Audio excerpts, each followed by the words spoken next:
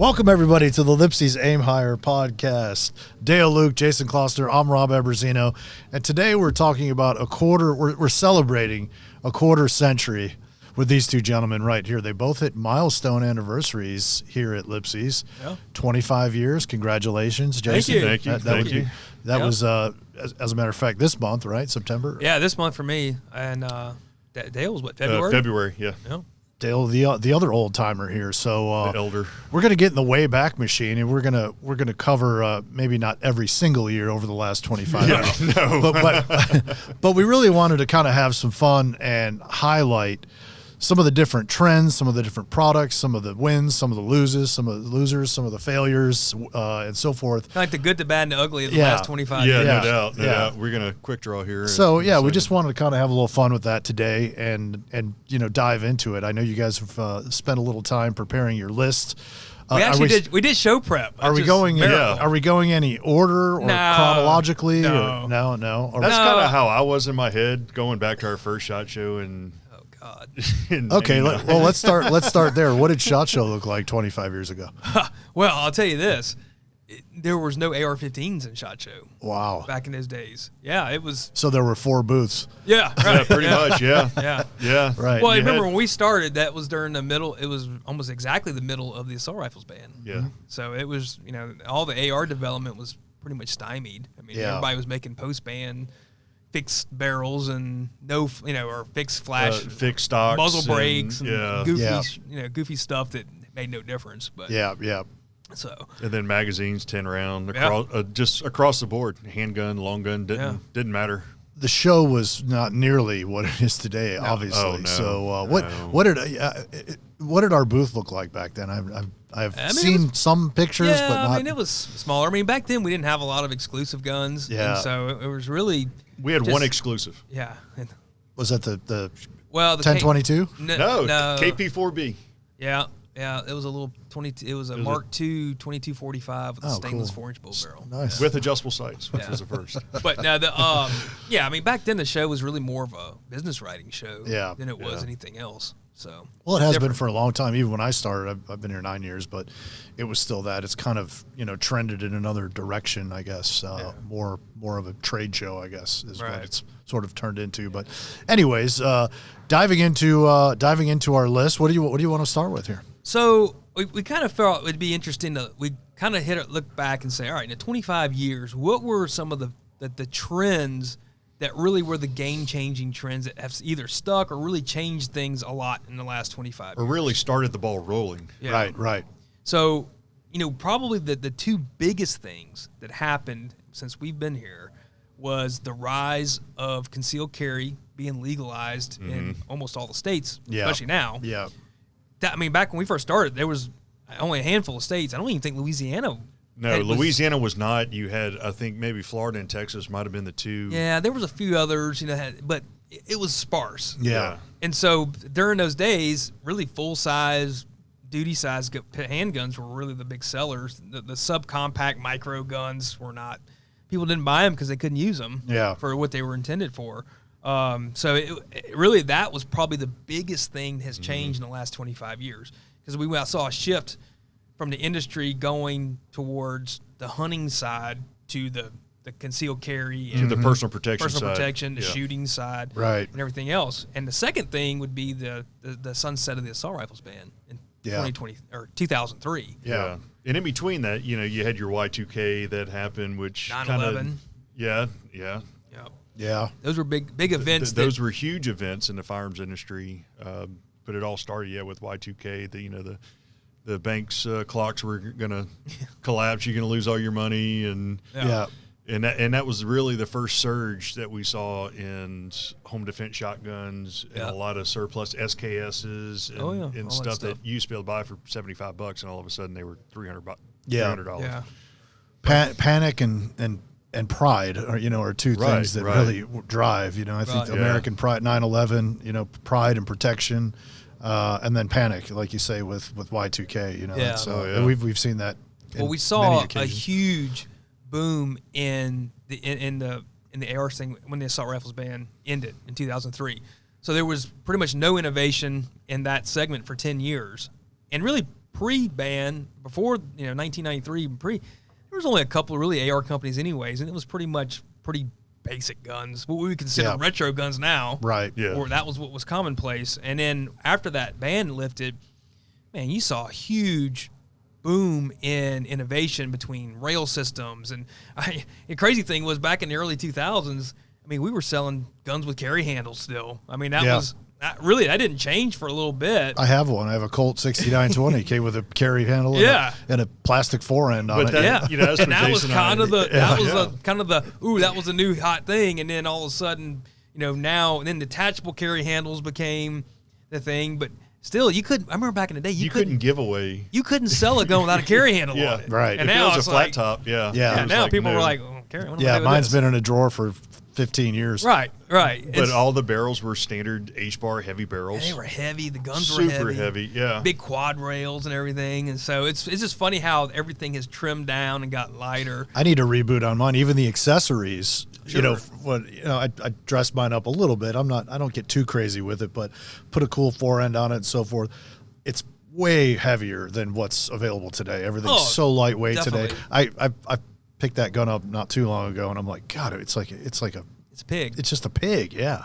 And I don't even have a lot on it. I mean, I really don't. Well, I mean, just in the form in general on the AR platform, you had your basic plastic carry handle. Yeah. Your forend. Your forend, exactly, not your carry handle. And then you weren't anyone or anything unless you had a quad rail. Yeah. Oh, that was high speed. You had to have a quad super rail. high speed. How much crap can we strap to Yeah, this thing? exactly. Well, and it's funny because that's one of the fads that we had determined in the last 25 years was all the crap that you could put on AR-15. You had these companies that were making remember the potato grip and all this crap. I mean, you could put so much stuff on these guns, and you could take a relatively like a 6.5 pound gun and turn it into a 10-pound gun real quick. Oh yeah, and these guys would start taking these classes, and within 30 minutes they're stripping stuff off and throwing it in a pile of boxes, never to be seen again. Yeah, they had their lasers, they had their flashlights, they had their vertical grips, they had it's nuts. Lights attached to lights in case one burns out. You got to have a backup. Well, back then too, you had incandescent lights on there that had 75 lumens. Yeah, you could see 30 feet in front of you, and that was about it. Now you can see something half a mile away. It's like so now you can put the Luxor on the end of your the Luxor Hotel on the end of your rifle. Right. So that whole thing, and again, like I was saying earlier, it really changed the shift of this industry from a hunting oriented industry. Everything revolved around August is when you had all the programs started. Everybody, it's hunting season. And then you kind of ran that and through hunting season, and it was like scramble to whatever. And then, in the mid-2000s, that shifted to a more of a shooting-oriented industry. Yeah. And it was really a great boom for us because now all of a sudden we weren't so seasonal. Yeah. People were going out and shooting in the spring and the summer. And let's face it, guys who like to shoot buy a lot more stuff than guys who just hunt. Generally. So when would you say the tactical era was born? Assault rifles banned. Right at the end. At the end, you had 2004. We were right in the heat of the global war on terror at that time too. So you had every day on the news. So within this timeline, essentially, it's the same. Yeah, you were basically had an advertisement for rattle canned AR-15 and body armor, plates and flat dark earth because we were fighting in the desert. Yeah. And so this is the whatever the military does generally kind of drives the train. Yeah. And so this is when we saw the change into different colors. What about Glock back then? Glock's been around for longer than that here, but 25 years ago, it was really starting to get popular, widely adopted by law enforcement and so forth. I mean, I remember I had a cop friend about that in that timeline. And when they issued that first issue, it was over in Florida. They got Glocks, and you could put this thing in a dishwasher, which don't do that. But it was just this new thing. Yeah. And again, Glock had been around for a while, but it really. Well, we were laughing. Our number one selling semi-automatic pistol when we first started was a Glock 23.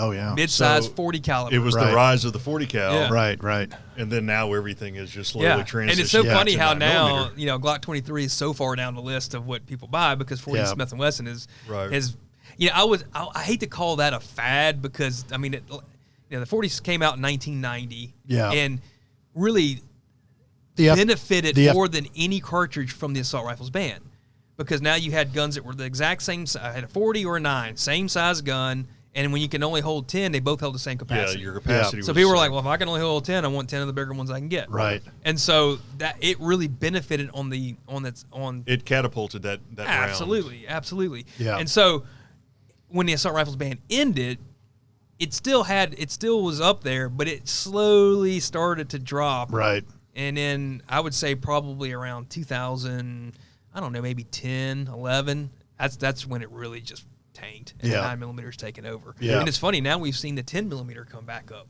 where the 10mm was a dead issue 25 years ago. It was. You had very few players in the 10mm game. I think Glock and maybe one Colt Delta Elites. Yeah, Deltas were still around, so there wasn't a lot of players. And then, so the 9mm ammo got a little more potent. Absolutely. And then the 10mm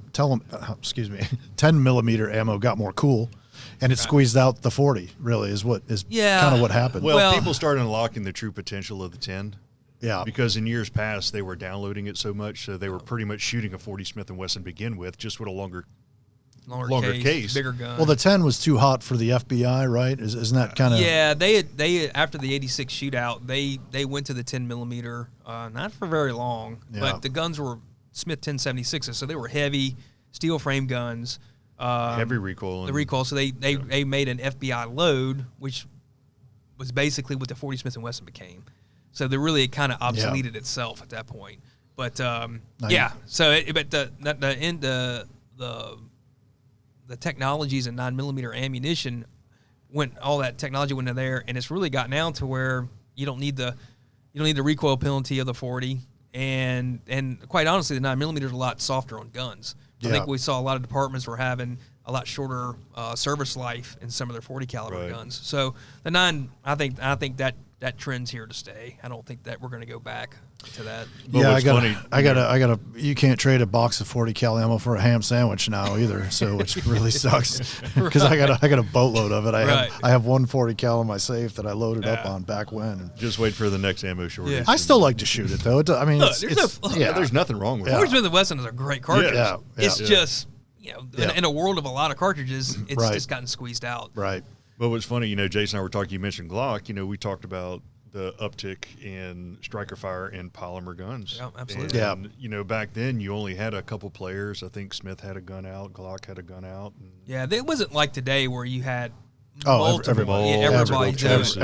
Right. Yeah. And so Glock, the brands that aren't notoriously handgun makers or pistol makers, got on the train just because you kind of had to, Absolutely. So it's so popular. But it really pretty much back in the late 90s when we started, the DASA semi-automatic pistol was still very much in vogue. I mean, Beretta 92s and SIGs, all those guns were still very popular.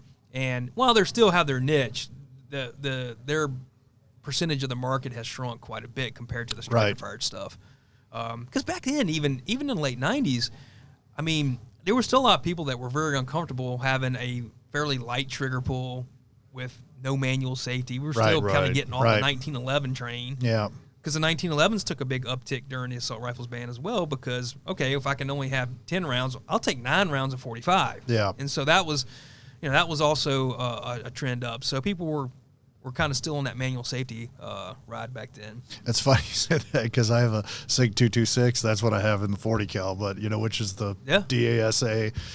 But it's I guess I'm getting old because I still like it. That's a good gun. There's nothing wrong with it. Oh, I love it. There's nothing wrong with I absolutely love that gun. I do. But to that point, everything was full size service pistols, like Jason said. Yeah. It was no compacts, and it wasn't until 99, our first SHOT Show, is when the concealment guns started kind of going around. You had these very small 32 ACPs starting to come about as pocket guns. Mm-hmm. You had the C-Camps, and then you had Keltec not far after that. Yeah. And that just spawned, that just started a rabbit hole of small, deep concealable guns. Right. Which is probably one of the biggest trends.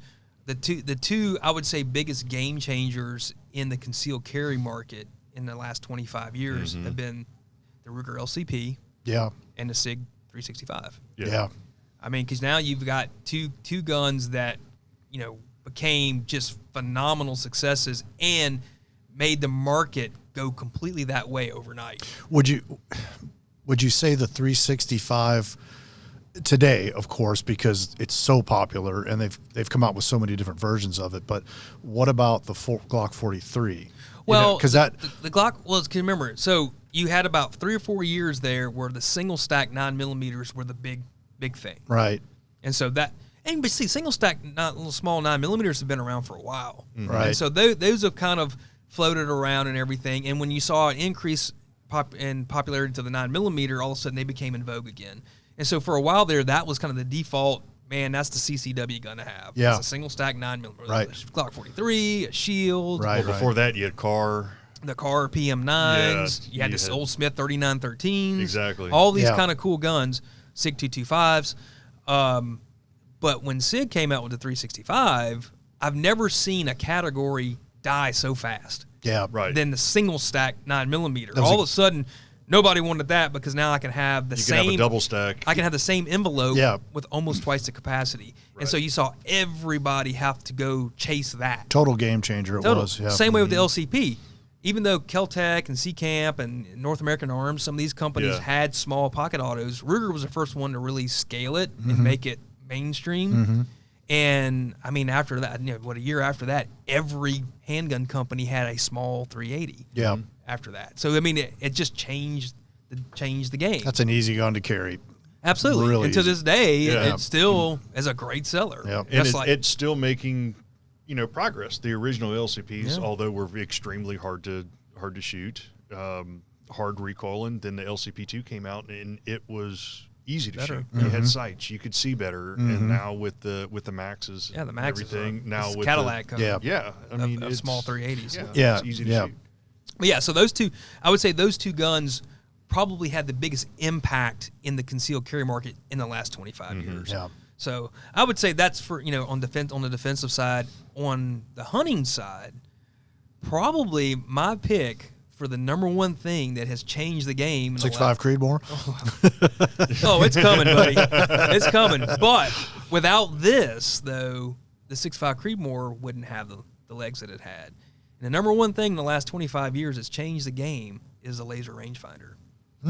Because without that, it was always a guess. How far is that target? Yeah. And so back in the, when we first started here, the long range guys, the formula for success was to take a big cartridge case, put a light bullet in there, and drive it as fast as you can, even though and put it as flat as you could, so you could shoot it flat. So if you had that error in judgment for distance, you were still fairly flat shooting. So out to about 400 yards, that was about the max range that you could really get away with that system. You could take like a 257 Weatherby or a 3378, and you could just load it as hot as possible with a light, fast bullet and get out to about 400 yards before everything just started dropping off. Now, this is strictly, in a hunting type scenario, going to a range where the distance but this that is you're just, shooting. your long range Yeah. we're talking about these days. Right. So 400 today wouldn't even be considered long range. It's medium range now. Yeah. So the laser rangefinder all of a sudden changed it to where, okay, I know that's 475 yards.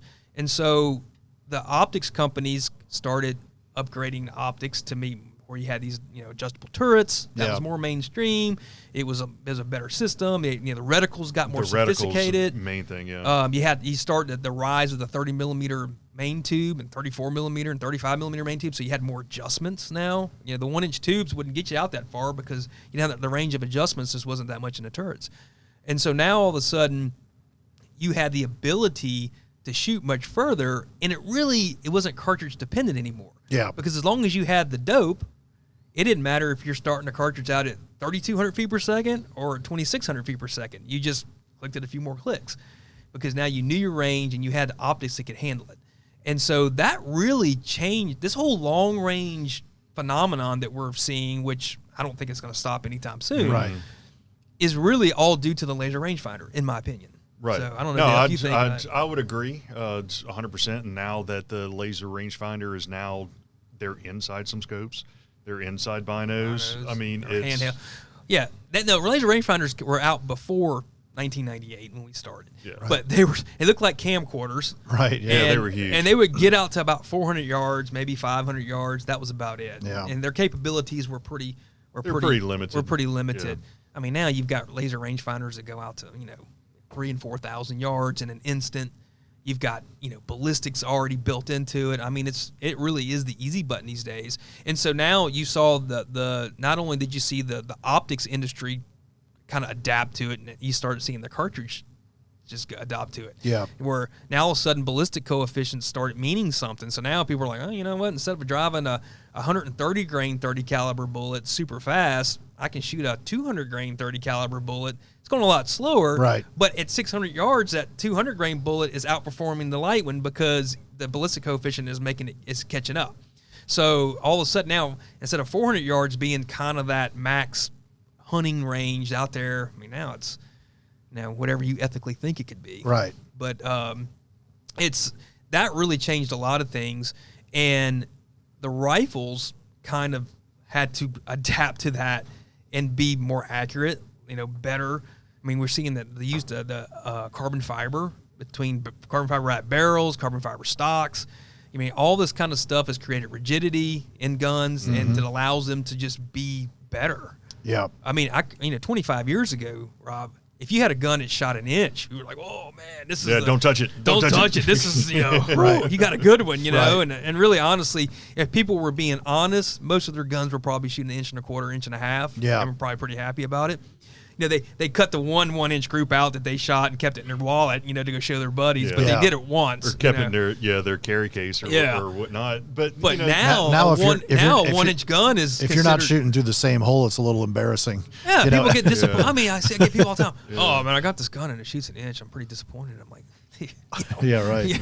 yeah, okay, Yeah. But so that changed everything. And Dale, I think you mentioned it, but there was a big part of that was from Savage to help that. Savage was, and it was the trigger system. AccuTrigger. Yeah. AccuTrigger was a complete game changer across all rifles. That for one, you didn't need a gunsmith to adjust the trigger. The consumer can do it, and you can make it kind of custom to you. What do you like a trigger pull to be? Yeah. And that AccuTrigger served that purpose. Yeah, And it was good out of the box. Yeah. I mean, up until that point, triggers terrible. Right. I mean, even expensive guns, they usually had pretty, about 4.5, 5 pounds. They were bad. Mm-hmm. And Savage comes out, and they got they're an affordable price point gun, and they've got best in class trigger all of a sudden. Well, all these other guns are like, crap, what do we do now? Guess what?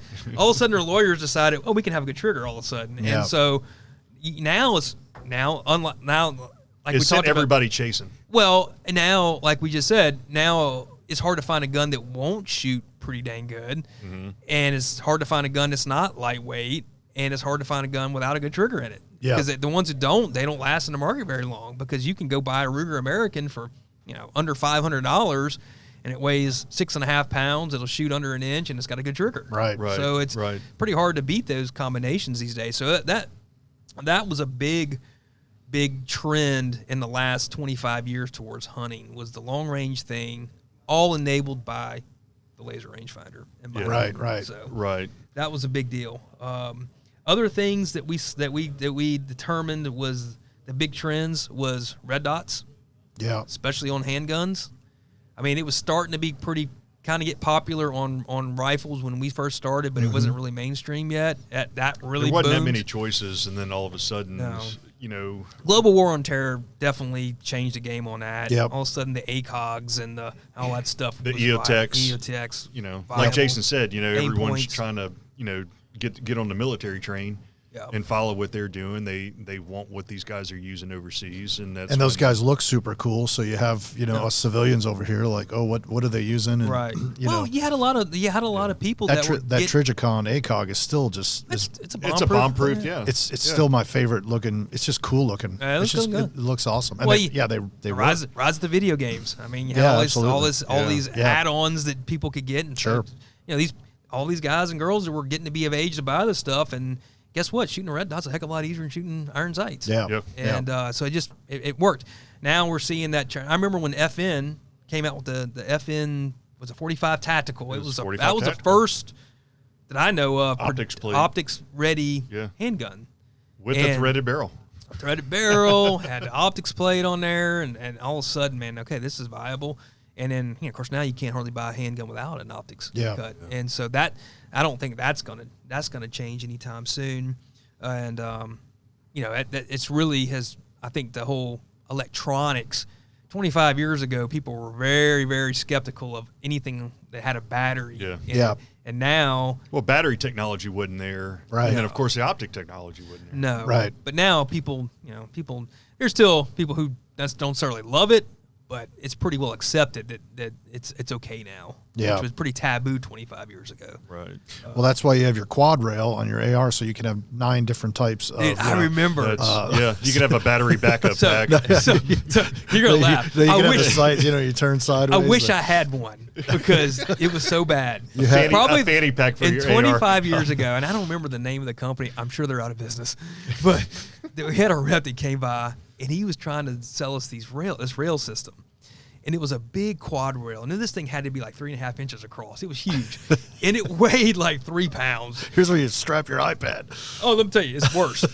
So you mounted this thing on there, and it was on ball bearings. And you could twist it around. So whatever. different accessories. So you could accessories. mount like an optic on each rail and have a different optic, and you could spin it.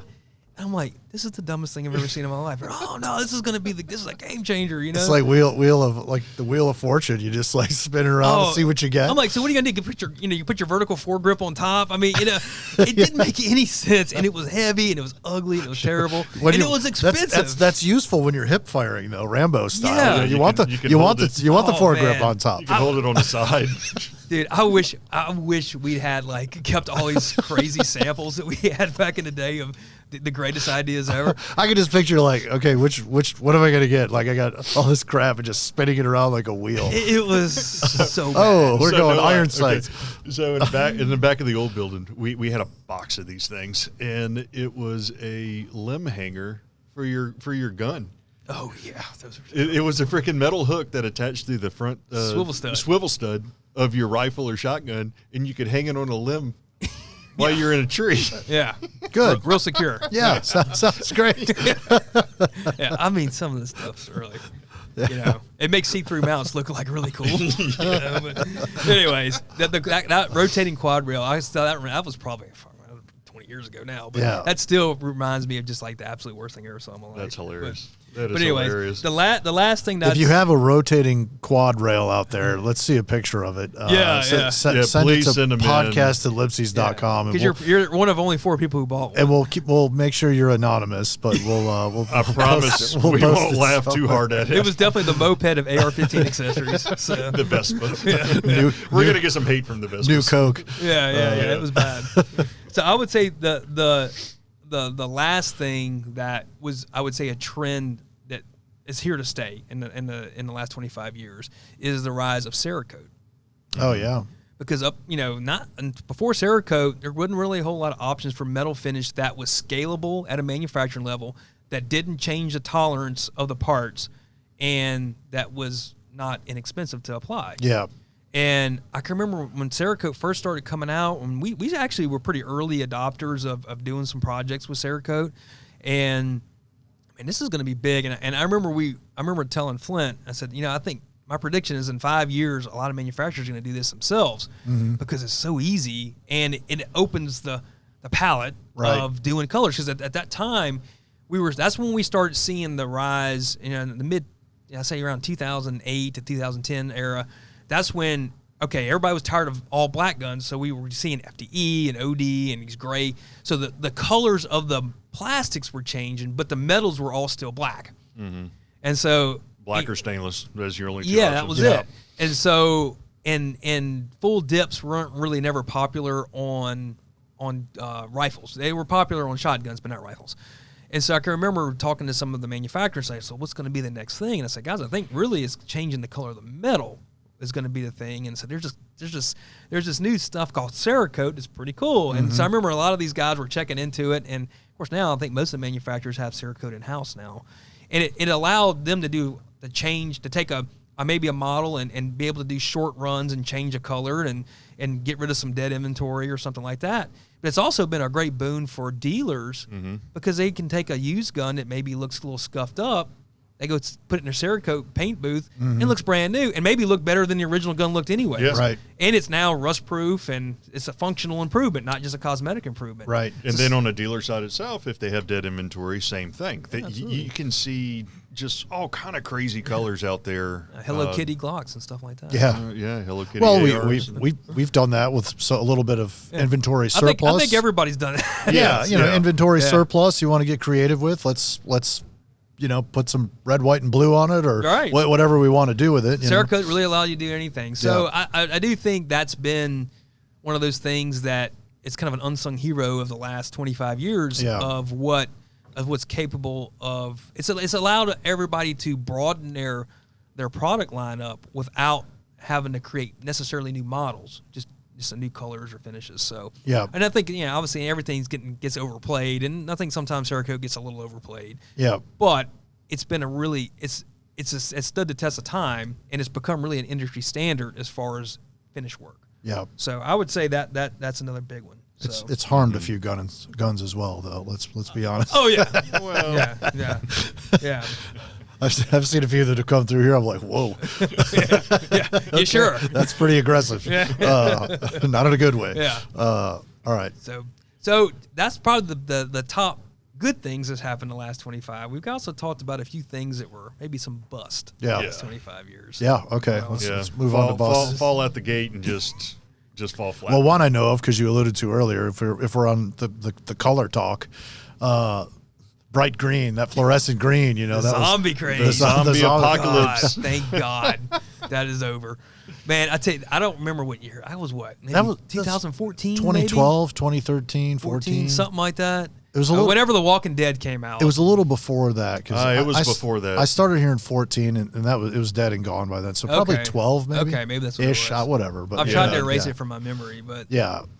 But I remember. Actually, I think it was earlier than that. Zombie ammo. I mean, there was zombie ammo. Oh, everything had a green slime on it. Look, ammo cans. Man, I can remember it was an NASGW show, which is usually in October. Yeah. And I remember going to that show, and almost every booth had, Mossberg, Ruger, everybody had zombie green whatevers. Yeah. And I can remember everybody was like just jumping on me about, I can't believe you're not going to do an exclusive in this. I'm like, are you crazy? Yeah. I was like, because when this dies, you talk about dead. In 15 minutes. Yeah. It's not going to last. Yeah. This is not going to work. I don't know if that was a 2-year window. I'd be surprised if it was. Yeah. It was that. And especially on guns. On accessories, you can kind of pivot pretty quick. Yeah. But on guns, a lot of times, this stuff takes 6 to 9 months. I mean, that's a big risk to hope something still lasts that long. I was in a gun store not terribly long ago, and they still had some of the Hogue zombie green, like 870 pistol grips. Oh, yeah. On the packaging was so old that it was like, it looked like yellow and translucent, stained looking. I was like, you wipe that inch of dust off it. Yeah, I'm like, dude, you need to give this away to somebody. I mean, but it's like, that was like probably one of the worst fads that just blew up, and a lot of people got stuck with a lot of bad inventory. Was it from The Walking Dead? Did The Walking Dead go back that far? Maybe it did. So. I don't, because I watched The Walking Dead. I'm pretty sure that's what. I don't remember when. Well, you also think you had movies like Zombieland. Yeah, I don't remember. Yeah, I don't know what, but it was a big zombie craze. But it was. I don't know. If you're listening and know the dates, you can put it in the comments. But you know what's funny though? That was kind of before Cerakote, though, right?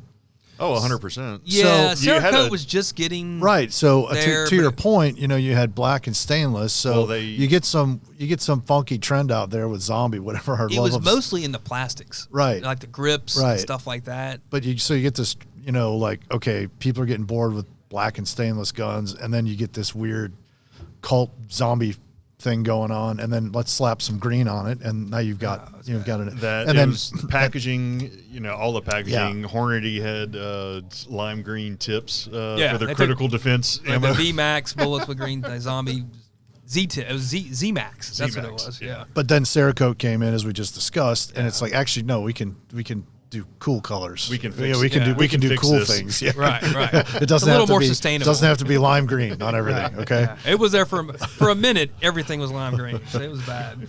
So another one that we kind of determined was, I wouldn't really say this was a fail, but this is, I think, a fad that's kind of come out of favor, and that's the piston AR.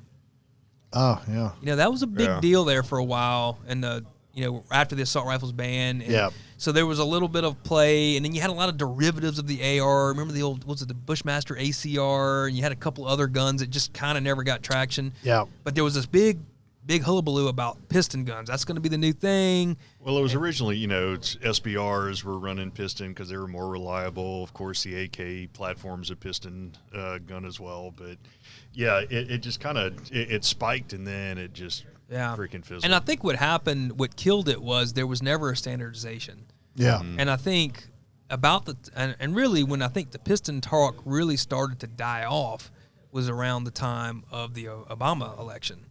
Because I think people's mentality was, well, I don't necessarily want to invest in a platform that might not be supported if there's ever a ban. Yeah.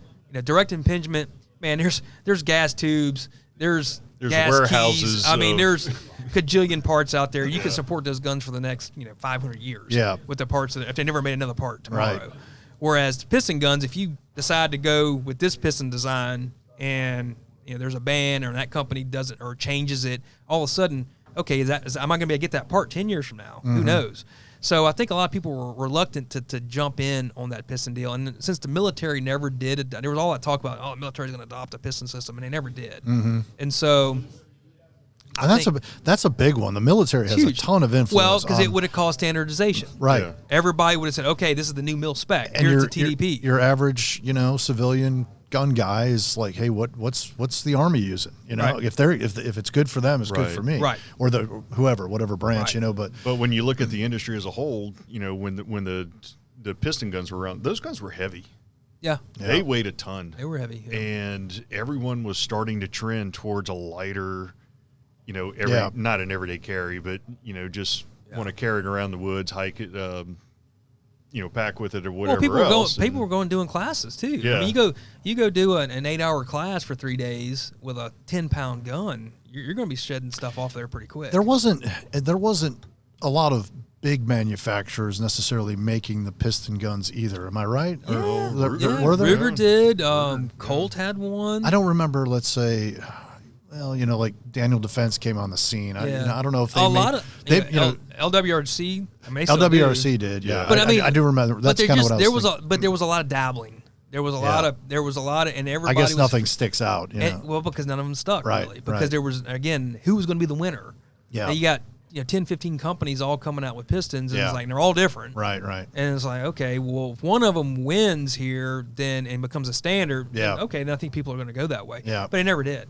So I just think that was probably a good idea and it had some worthy application there, but I just think that fad's gone. And now you've got adjustable gas blocks for direct impingement guns that kind of cure some of the suppressed issues with direct impingement guns and stuff. So I don't know. I don't know if that's going to come back. It may. I think if the military ever decided to go with a piston system, I think it would definitely increase. But as of right now, I think the platform will change completely. Yeah, I just don't think the civilian market is going to adopt it until the military does. That's just my opinion. I could be totally wrong on that. But the other one that we said that we kind of agreed on, and this one might be a little controversial, but lasers. Yeah. Lasers. So laser grips. Yeah. Back in the late 90s, you started having companies come out, laser grips. They were patented, so whenever you grip the gun, the laser would come on. You didn't have to necessarily reach on the trigger guard, which that came a little bit later. I have one of those too. Yeah. Rob has a graveyard of all the badass stuff. Exactly. I need to update my stuff. Oh, this is an idea. Oh no, he's stuck in a time warp of 2007. Right. Yeah, I guess so. But taking that laser and putting it in something.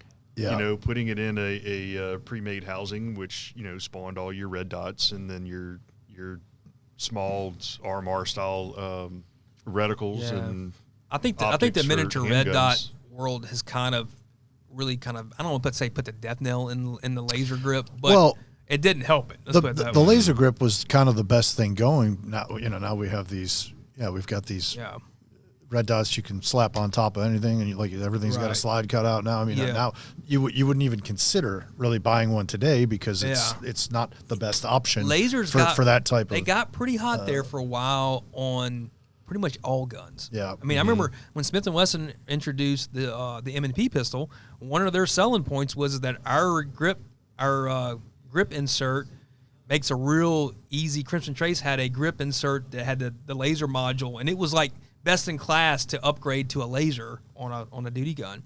And now I don't even think they even talk about that anymore because I just don't. I think lasers still have a place in the real micro guns, the pocket pistols. So I'll that's exactly what I have it on. I have it on my 43. And the reason is in a panic situation or in a stressful situation, I feel like it's an aid. I think it helps more than it hinders, for me in particular, not for everybody, but for me, if I'm in the back of a gas station and, there's something going down in the front of the gas station and I don't know where or how or what position I'm going to have to shoot from, but that's going to get me hopefully on target pretty quickly or, we'll see. I mean, why are you hanging out in the back of a gas station? Well, that's where the beer's. Where the roller dogs are. That's where the beer cooler's at. Am I right, Dale?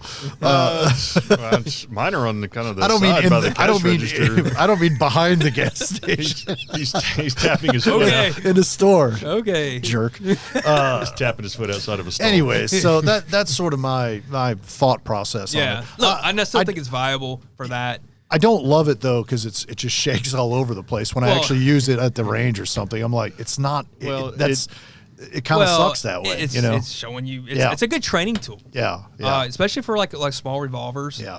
For dry fire use. Yeah. It'll show you real quick if you're snatching the trigger or not on these guns. Look, again, I still think there's a place for it, but I do think the whole mass adoption of lasers, which is where things were kind of going there, has pretty much evaporated. Yeah. And I tell you, the laser market got really kind of kicked in the pants when in 2017-18, when the Trump slump that everybody likes to call it happened, and the industry the market kind of went down. Lasers were used to promote guns a lot.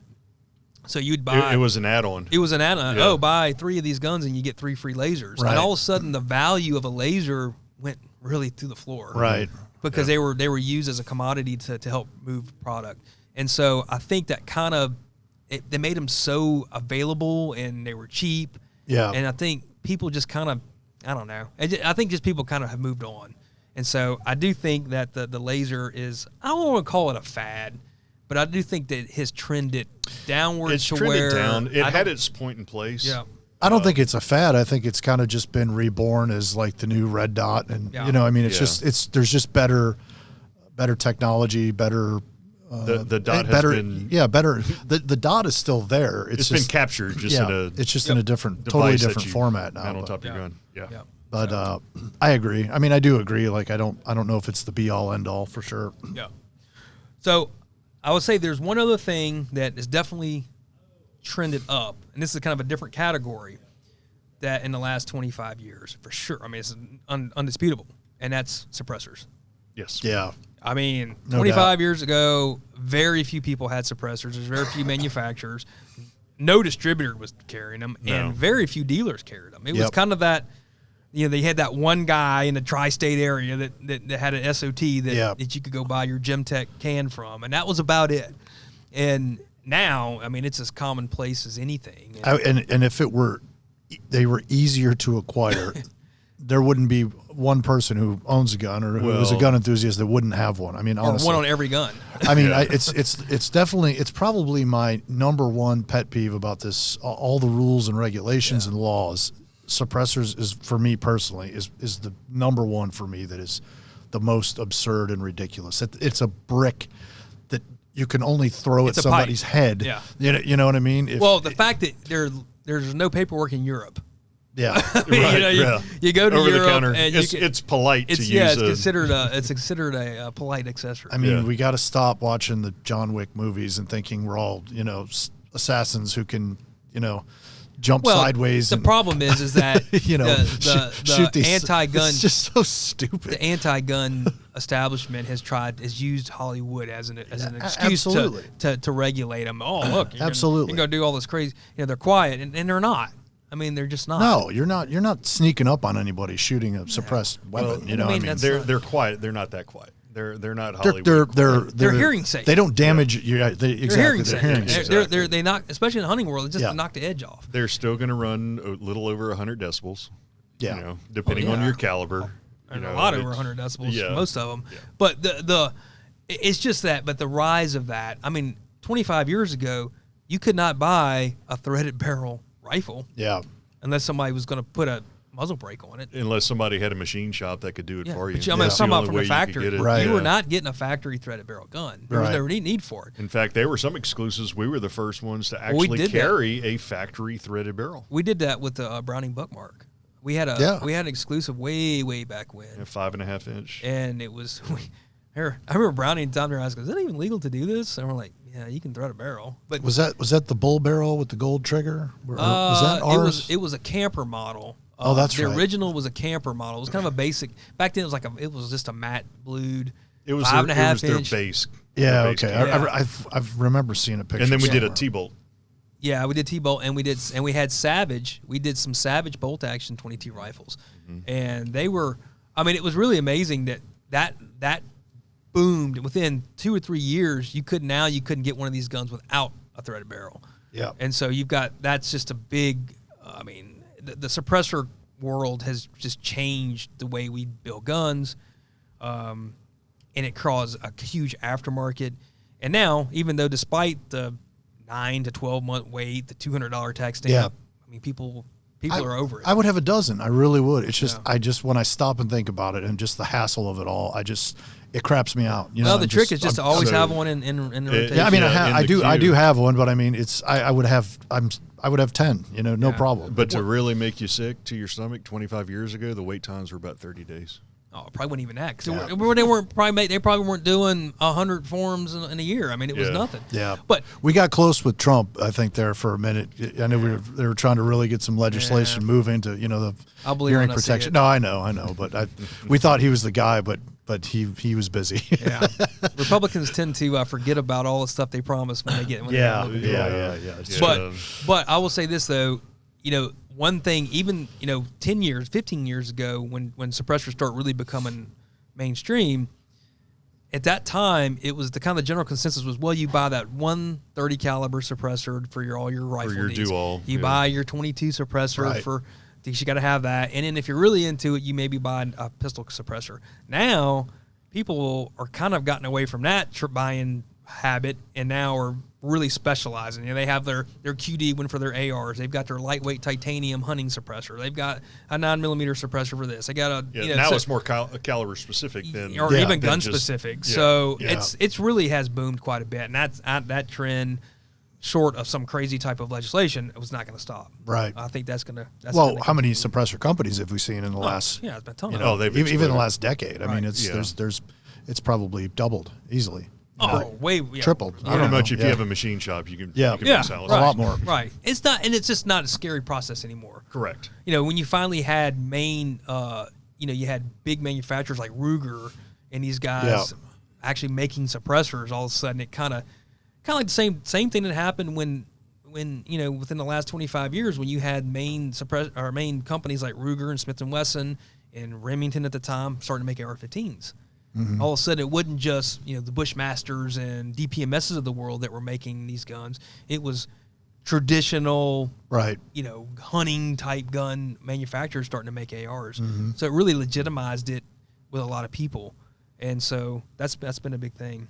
But I think the last thing that we wanted to talk about was the winners and losers in the cartridge fields. Oh boy, the last 25 years. Well, we covered a lot more losers than winners. We covered my beloved 40. Look, the 40. Everybody loves a badge of 40. The 40 is not a loser. Yeah. It's here to stay. It's just fell out of favor. We'll put it that way. But it's like anything. I'm waiting for the comeback. You watch. 40 Smith & Wesson will make a comeback. Yeah. I guess I can almost. It'll be cool again. Yeah. In 20 years. Yeah. Yeah. Sure. Well, and by that time, you'll be ready to upgrade from your SIG 226. That's right. with your green lasers, zombie laser on it. Having tactical light on it. His Z grips. So when he's hanging out in the back of the gas station, he'll be prepared. Okay. All right. Well, So do you want to do the winners or the losers first? I say we go with let's go with the winners first. Yeah, All we right, can. let's do the we It's a can shorter touch base. list. Yeah. okay. Yeah, stuff So that. are you gonna prompt this? Oh, The yeah. biggest Well, winner? let's start with the hunting cartridge. The biggest winner? The 6.5 Creedmoor. There you Absolutely, go. man. There you go. It's a change of the game, Yeah. man. Look, everybody loves to hate on it. I even like to jab it a little bit occasionally, but no cartridge in the last 25 years has caught on. And look, it was a slow burn. Yeah. It took 10 years for it to get really to catch on, but when it did, I've never seen a cartridge explode. Yeah. And not only explode in popularity, but take down, the titans of cartridges in popularity. We're talking about 270. to knock Yeah. 30-06, 308, 270, and 243 off the chart. Yeah. And it's like there's not many cartridges that could ever do that. I was going to say, what other cartridge do you think it took the biggest bite out of? At the time, I'd say the 308. Yeah.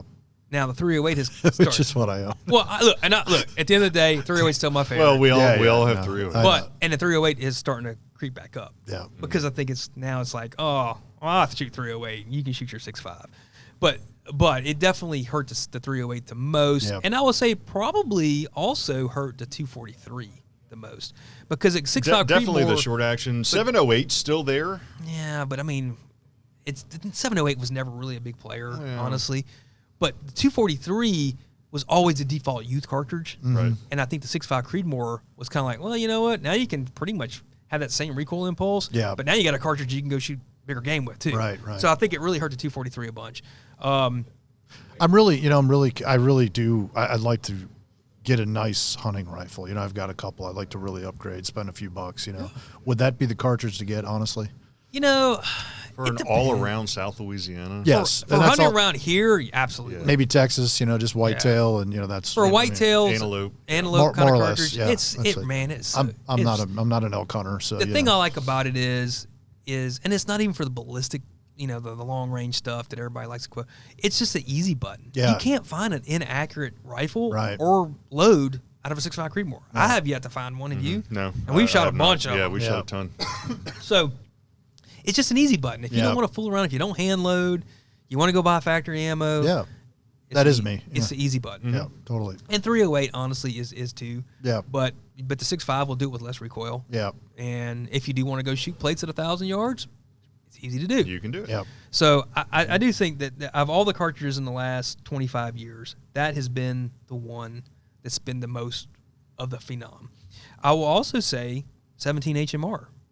That was early in our That was career. early. Yeah. But I tell you, and I remember when it came out, I remember like, I don't know about this, but man, and then that's one that did not take a long time. It flashed quick. So that's a faster, stingier 22 long rifle. 22 Magnum. 22 22 Magnum. So it's a 22 yeah. Magnum neck down to 17. Yeah, So yeah. all of a sudden, you took what traditionally was a 40 grain projectile on a 22 Magnum running about 1,900 feet per second, and you dropped it down. What was it, like 17 grains, 20 grains, Yeah, around 20. and then you increased the speed a ton. Mm-hmm. So now the wind will play hell on a 17 because there's not a lot of mass there. Right. But as far as flat shooting and reaching, and really being explosive on varmints, 17 HMR within 200 yards is awesome. I shot one, the shoot that I went on with the guys from Ruger. Yeah. We went out west to Wyoming. We shot some prairie dogs out there, and we used that was a favorite. That was a crowd favorite. Well, you can totally watch your shot through the scope. I mean, there's no recoil. It was like shooting a BB gun, honestly. Yeah. Yeah, it was fun.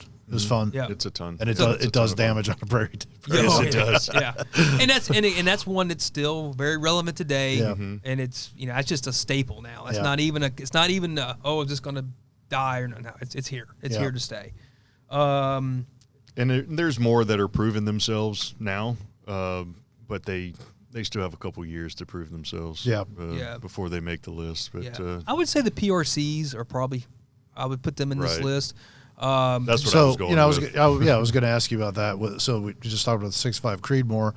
Do you lean towards the PRC because it's a little hotter? Yep. A little more pop to it. It's funny. Or are we just roaming into the neighborhood of the 308 there? Well, you know what I mean? because where the 308 falls off is in that long range effectiveness. The weight. Well, just a ballistic coefficient, quite honestly. The PRCs take the one thing that was, I think, people took the Creedmoor as, oh, I can hit a plate at 1,000 yards easy. I can shoot an elk. I can hit an elk at 1,000 yards. That's a big target. And it's, you know how people, I'll kill 25 elk with a 6.5 Creedmoor at 1,000 yards. Okay. But it's probably not ideal. Right. And I know it's not ideal. The PRCs give you that extra punch at distance. And I'm not advocating shooting animals at 1,000 yards, but what I consider, that 600 to 800 yards, which is kind of the new 400 to 600 yards that we used to have, the PRCs really hammer the stuff hard at those distances. And they do it especially the 7 and the 300, do it with a lot less wind drift. I mean, there really are amazing cartridges, and Hornady has done a fantastic job of making these cartridges super accurate. Again, easy buttons. Mm-hmm. You don't have to fuss around with a 7 rim mag or a 300 Win mag and change twist rates to shoot the heavy bullets and all this kind of stuff. You can just out of the box this stuff, go load and shoot. And if you're the kind of guy who likes to fiddle around with loads and chamber dimensions and all stuff, and want to do that with your 300 Win mag or whatever, go knock yourself out. Yeah, I mean that's very viable. If you're the kind of guy that just likes to go hunt and just wants the best tool out of the box to do it and doesn't want to do all that, PRCs are pretty tough not to recommend. Yeah. And those 3 PRC cartridges, in addition to the 6.5 Creedmoor, those 4 cartridges cover anything you'd want to shoot in North America. Mm-hmm. So kudos to Hornady for doing that. Yeah. I would say honorable mention, WSMs. I would definitely say so. Because I have one. No, I'm just kidding. But yeah, they've stuck around, and it really, those particular cartridges introduced a shorter barrel Magnum. Yep. So before you had these 26-inch Magnum barrels, 24-inch, but now they're shrinking them down to 22-inch, even 20 in some cases. But that really opened the door of a packing rifle that you're not having a super long barrel catching on branches and stuff like that. Made it easier to suppress too. Yeah, suppressor ready. Shorter. Right. Sure. Right. Yeah. So the short mags, the 300 and the 270 short mag, definitely, I think. We'll hold on. The 7 and the 325, I think those are pretty much done. Mm-hmm. But yeah, I will say that they get an honorable mention. And in the handgun world, I'll give honorable mention only because we love it so much here. The 327 Federal and the 480 Ruger. There it is. So again, not huge commercial successes, but we have, with our exclusive offerings. Mm-hmm. Shameless self-plug, have created a pretty strong niche market for those 2 cartridges. And because I think both of those cartridges suffered from being introduced potentially in the wrong platform. They were in, but we are the exclusive guns that we've offered with the single 7 and the Bisley 480s created the vehicle for those cartridges to really succeed in. And really thrive. And to show the true potential of what the rounds can really do. Yeah, and what they were made for. So I'll give those honorable mentions only because I love them so much. Yeah. And we have done well with them. So it'd be cool if we had some 327 Ruger revolvers. We could. Rob, you had to bring up a negative. When are we expecting those? Come on, give me a date. No, I'm just kidding. Yeah. Soon? I'll get it on the 1st. 2023? Yeah. Maybe. We'll see. Yeah, I do think. Make it a comeback? I think 2024 we'll probably be back to seeing some stuff that pretty readily available again. Yeah. Yeah, Ruger's they've been getting some stuff back out. So. No, I know we're getting some cool stuff at the end of the year, some classics, you know. So that'll be exciting. So I know I'm putting you on the spot, but is there any other wins the last time? I mean, really, that's kind of a short. Yeah, I'm sure there's something we're forgetting, but probably so, and we'll get called out on it. And I won't say this is not a cartridge, but as far as the ammo development, I will say both from Hornady again, both the Lever Revolution was a big improvement, and it caused a lever action resurgence because now you could have a tipped cartridge or a tipped round in your 30-30 or whatever, and so that was a really great development. I will say the 450 Bushmaster. Well, that could be thrown in the mix over the last 25 years, and especially as much ground as those straight wall cartridges have gained. Yeah, straight wall. Yeah, you talk about one took a slow burn to get there. It was. It did. It took a very nuanced game rule in Michigan to make the 450 Bushmaster relevant. It took a stroke of a pen. Yeah, what it did. Yeah. It went from obscurity to one of Hornady's best-selling cartridges. So crazy how that works. But yeah, I would say that, and then also the ELDX style bullets. Oh, absolutely. From Hornady. Now all of a sudden, we had a precision hunting rifle that you had hunting rounds. You had the laser rangefinders. You had the optics. You had the guns. Now you need the ammo. You had the cartridges, but you actually had to have the projectile.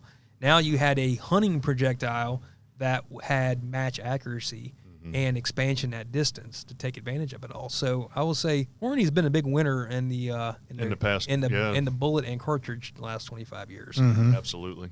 Time for the flops. What's your biggest flop? My biggest flop are the 2 NAA cartridges. Boy, that's pulling out the back pocket. I mean, we're talking about a 32 NAA and a 25 NAA, which was a 25 caliber. It was a 32 ACP neck down to 25. I'm seriously not even that familiar with these at all. Yeah. You and everybody else, apparently. And then the 32 NAA was a 380 neck down to a 32. Yeah. And it was in the Guardian platform, which was a little small semi-auto that North American Arms put out, and they didn't go far. Yeah. It was a great concept, of a 357 SIG type concept, but it was just so small. And then, of course, the 17 Mach 2. Yeah, so everybody thought, the 17 HMR is great. What if we take a 22 long rifle and neck down to 17? Okay. Did not go over well. Yeah. That flopped pretty hard. On that same realm, the 17 WSM. Yeah, not so much. Big loser. Yeah. My biggest losers. Actually, I got a couple of them here. I'll go back, probably the furthest back, the WSSMs. The super short magnums. Oh, wow. So Winchester comes out with the WSMs, I think in 2001. I think that's what it was. Yeah. So, short action magnums. Man, this is great. Well, we need to go shorter. We need to go shorter. So they went to the 223. The super short magnums. Yeah. They did a 223, a 243, and a 25. Yeah. Not good. Again, not familiar. If you have one of those rifles that kind of says a lot, and you see a box of ammo, you better buy it. Yes. Because it's not going to be one. Again, too much of a good thing. Not well received. It's funny. Probably, and look, no offense to Hornady, because they're the ones that did this round, and no offense to TC, even though I don't think they're even around anymore, but probably the dumbest cartridge introduction ever that actually spawned the greatest cartridge introduction ever was a 30 TC. The 30 TC, the reasoning for this cartridge at the time, I think TC came out with the new Icon rifle, I think it was, and they wanted a new. You gotta remember. All right, let me set the tone, the scene here. So early mid 2000s, it was this very boutique-y cartridge introduction. Like all these ammo companies were teaming up with gun companies and say, hey, let's come up with a cartridge and we'll name it after your company. So which spawns your next on your list. Yeah. So TC decides they're going to do this 30 TC, and all it is a slightly shortened 308 case in 30 caliber. So I remember the time that the sales guy comes in and he's all hot and excited about it, and he's like, so we're splitting the difference between a 300 Savage and a 308, and we're like, who asked for that? Right. You know what I mean? Yeah. I mean, right. Okay, why? I mean, there's just like absolutely zero reason. There's not a void there. No, there's no. Yeah. I mean, there's a void, but it's so minute and it's totally unnecessary. I mean, you're going head to head with the 308. Not a void in the marketplace. No, and at the time, the 308 is the most popular cartridge out there. Them and the 30-06. Right. And I'm like, this doesn't make any sense. So, needless to say, that lasted about a week. I don't know. Those guns did not sell at all. I don't even know if the ammo ever hit the shelves. It did, but it was bad. It was bad. Short. So fast forward to whatever year it was, I forget now, but when they just were looking to do this 6.5 Creedmoor, they took the 30 TC case and necked it down to 6.5 Creedmoor. So probably the worst cartridge introduction spawned the hottest one in the last 25 years. Yeah. Kind of interesting story there. So the other Well, your next boutique caliber. So we all love Glock here. Even Glock had a fail the last 25 years. No. The 45 gap. The Frankenstein. Yeah. Oh, wow. Yeah. So, again, a product of its environment. So you got to remember, this was during the assault rifles ban. So 10 rounds is all you're going to get, right? Yeah. So people were like, well, if I can only have 10, I want the 10 biggest ones I can get. All right, that makes sense. That's why the 40 was good. So Glock decides that we're going to take the 40 Smith & Wesson length case, which is shorter than a 45 and shorter than a 10, which is the same basic length as a 9mm. Yeah. And we're just going to make it wider and make it a 45. So we can pretty much duplicate 45 ACP ballistics. With a lighter bullet. No, so it was a 200 grain. but they also did 230s too. Oh, did they? Okay. But they pretty much on paper, this is like, okay, this is not bad. So you've got a 45 ACP basically, but in the same length as a 40. So now you can use a Glock 22 or Glock 23 size frame. So you got the smaller frame. All right, it's good. Holds 10 rounds in the full-size gun. Hey, that works. But they also had to make the slide a little bit wider. So they had this kind of hybrid slide width that didn't fit any holsters, which was a strike. And so they come out with this, and it's like, gets a little bit of hype right at first. Well, it wasn't out very long, and the assault rifles ban went away. And all of a sudden, zero relevance. Right. I mean, it was the like, guns were already at max capacity. At max capacity. You couldn't add any more. Yeah, so you had a in a 10 standard mag. So you had a 10 round gun. You had like a 10, 8, and 6 were the rounds. Yeah. And so to this day, they actually still catalog those guns. And I think they sell like 4 a year. California? I don't know. I don't even think they're California approved. No. So I think, they gave they must have to give them to a few departments, used them for a while. But I don't know if anybody still uses it. But anyways, so yes, 45 gap, big swing and a miss there. I would say the other probably biggest two swing and misses the last few years, the 224 Valkyrie. Great concept. Problem was the ammo did not shoot very accurately, and everybody ditched it. So 224 Valkyrie, gone. The latest one, 30 Super Carry. Not a winner. Well, it's fun. I feel like I should feel bad that I don't recognize several of these.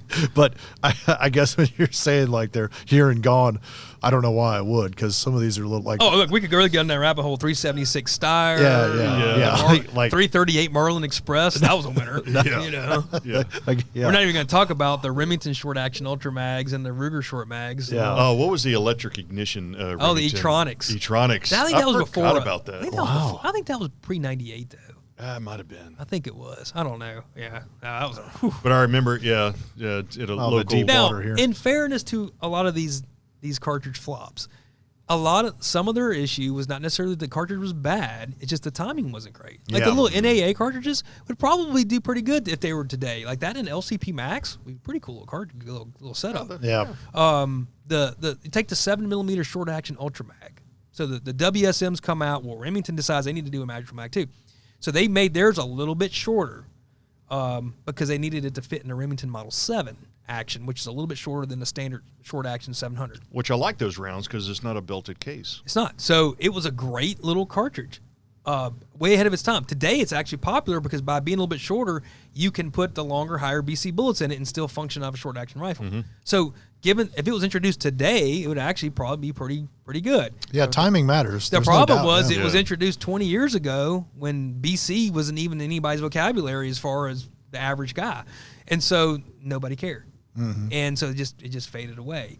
And so it's just funny how some of that stuff, I mean, the 376 Steyr, that was kind of a short, medium length action 375. Actually, I think if it was introduced today, it would probably be pretty popular. Especially if you can load it subsonic. Absolutely. Put a can on it. Absolutely. So there's a lot of things that, just like you said, timing. But once that ship has sailed, it's hard to come back. 450 Bushmaster is kind of the exception to that. Yeah. But Now, what about the STW rounds? When did those come out? That was pre-98. Was it? Yeah, that was pre-98. But it kind of got a little bit of a popularity there, right in the late 90s, early 2000s. But the problem was the factory ammo was not as fast as the Wildcat stuff was. And so when people start looking at it, they're like, okay, well, I'm not really gaining anything here. Like all the Ultra Mags. It's funny. That's another thing I could say is definitely a trend in the last 25 years is you see this roller coaster with the obsession with Magnums. Like you'll go, like the Magnums will peak and it's all about powder capacity and all this stuff, and then they kind of fade off and and you start selling a bunch of 7mm 08s all of a sudden, and then it starts to creep back up, get Magnum-itis again, and then it comes back down. All the Ultra Mags, STWs, all the big Weatherby belted cases, all that stuff to me really got knocked down, and I don't want to say it became irrelevant, but really lost their luster once ballistic coefficient, laser rangefinders, and turreted scopes became mainstream. Because all of a sudden now you didn't need all that powder capacity to flatten your trajectory. You didn't need it, and you had the recoil penalty, and your barrel life on those guns were horrendous. I mean, if you went out, probably 500 rounds, you shot your barrel out. Wow. On those things. So you had all that stuff created now a bigger interest in short action stuff or less powder capacity. I think the PRCs are kind of that happy medium of performance, but at a powder, but you're not necessarily driving them crazy. And I think really what the long range guys have figured out is once you get above about 3,100 feet per second, you have other factors that come in that cause issues. Yeah. So like 26 to 3,100 feet per second is the sweet spot. Creedmoor takes that 26 to 2,700 feet per second category very well.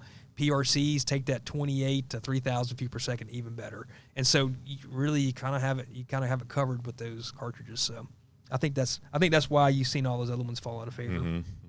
So that's it. That's a lot. That's a lot to cover. A lot's happened, man. I was thinking about trends. Back to I guess off the cartridges a little bit, but I don't maybe trends that aren't around anymore. You were talking about like the lasers and things like that. What about the integrated suppressors? Into firearms.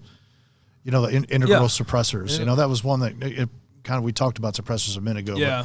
But that seemed to be really cool for a minute, and you saw it spike, and then you saw it just kind of fizzle because, like Jason said, when your wait time is so long, right? You want one can that can be modular on several different platforms, and you're so limited to this one gun. Yeah, I'm going to make a prediction though.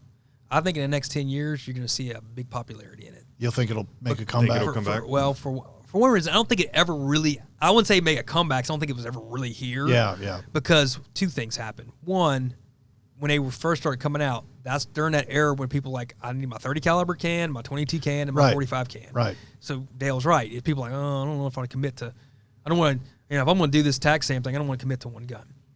But now we're in a market where everybody's got like 5 30 caliber cans and all this stuff. So the natural progression they're going to want something different. Is to what am I going to buy next? Yeah. And I think an integral is the answer to that. Now that more people are using them for hunting, to go even a 20-inch gun with a 7 or 8-inch suppressor on the end is pretty cumbersome. You have to ask yourself, why would I ever shoot this without a suppressor on it? Right. Like, so why? So if you're going to buy a 6.5 Creedmoor 308 for box stand hunting in the southeast, and you're going to always shoot it suppressed, and integral makes a lot of sense. Yeah, no, that's a good point. Because why take it off and have to put the cumbrous in your ears on or whatever? So. And once you have it dialed in with the can on, you're not going to want to hunt it with it out because now it's not shooting the same. Yep. So I do think it will, but I think what'll throw the gas on the fire is for a mainstream manufacturer to do it. Yeah. So that's always been the problem, is that people.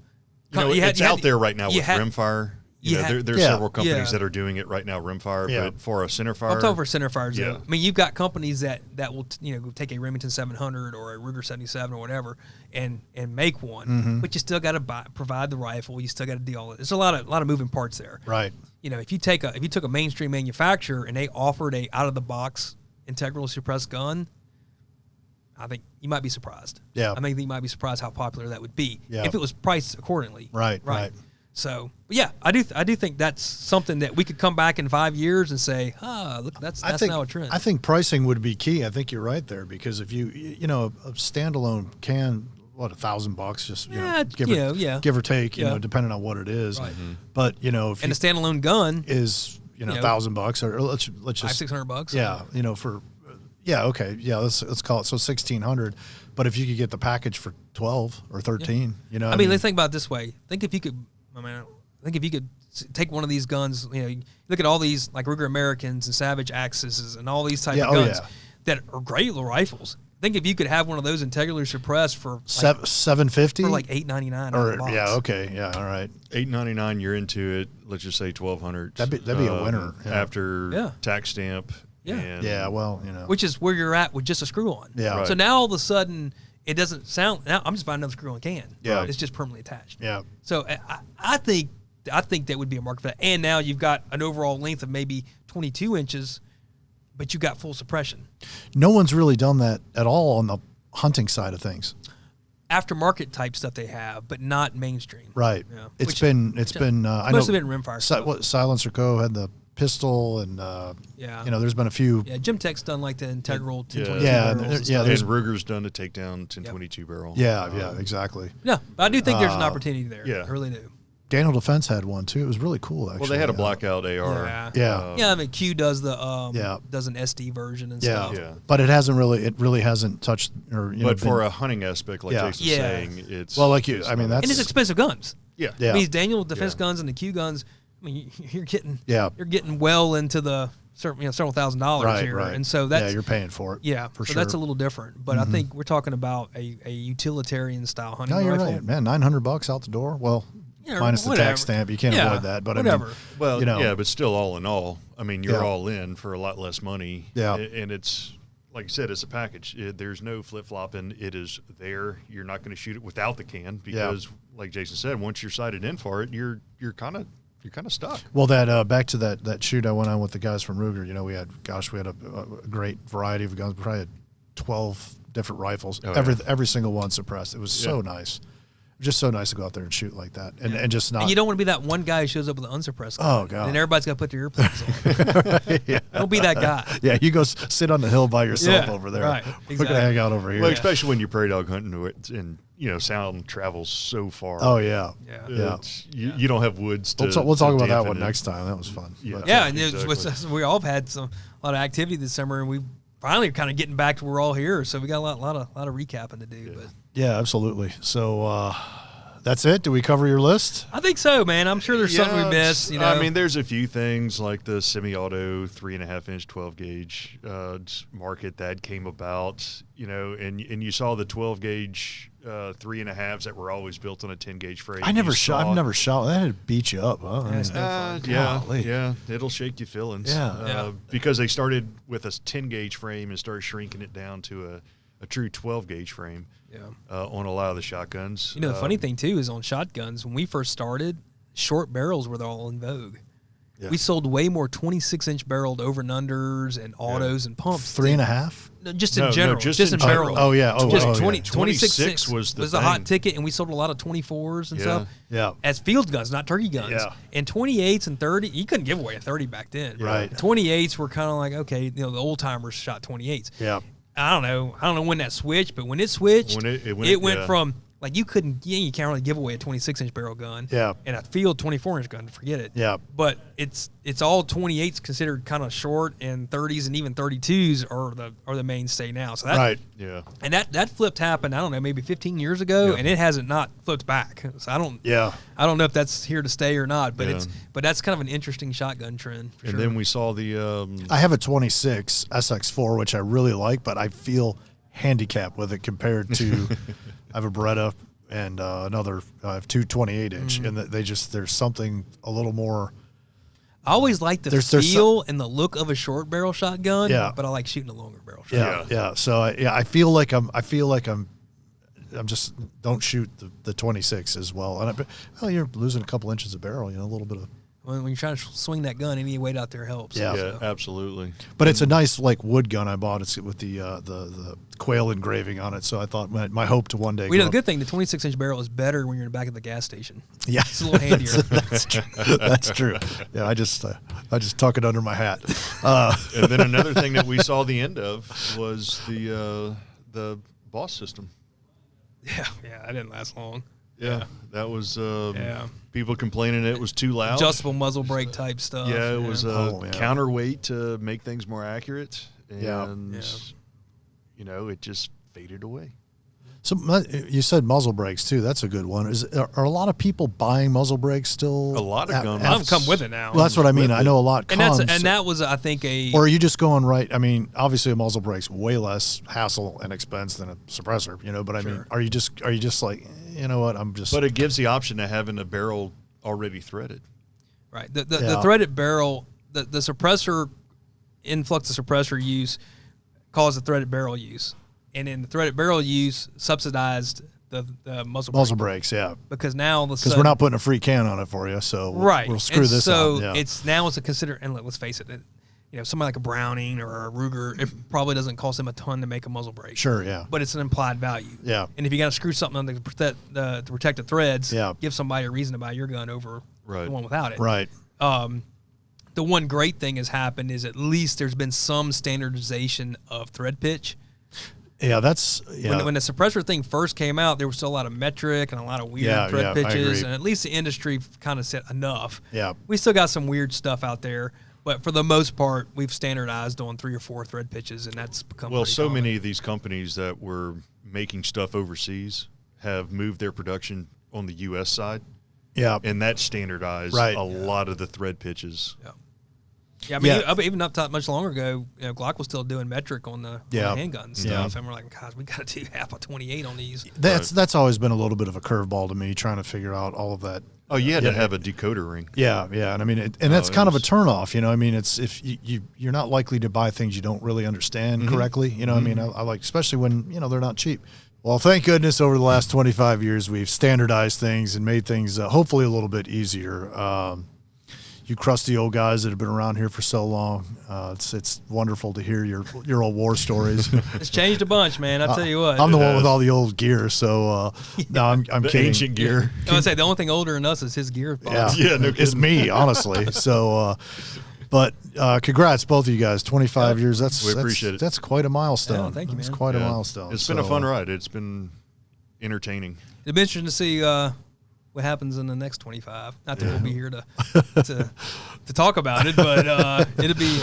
You get to a point to where it's like, where else can we possibly go with this stuff? Yeah. I mean, but then again, 25 years ago, I didn't think we'd be go out and shooting 2 miles and doing all this kind of crazy stuff too. So it's pretty absolutely. Well, you know where to find us at Lipsey's Guns on all the social media, at lipseysguns.com, and send any questions, thoughts, concerns, show ideas, whatever you want to. Or podcast. Things that we missed. Or things that we missed. Or things that we were totally wrong on. Podcast at lipseys.com. Jason checks that, so you can talk to him directly. So he loves that. He loves communicating. I do. Yeah. Flood him with questions. Absolutely. All those Ruger exclusives we're waiting on. So I will give no dates. All right, guys. Until next time, aim higher.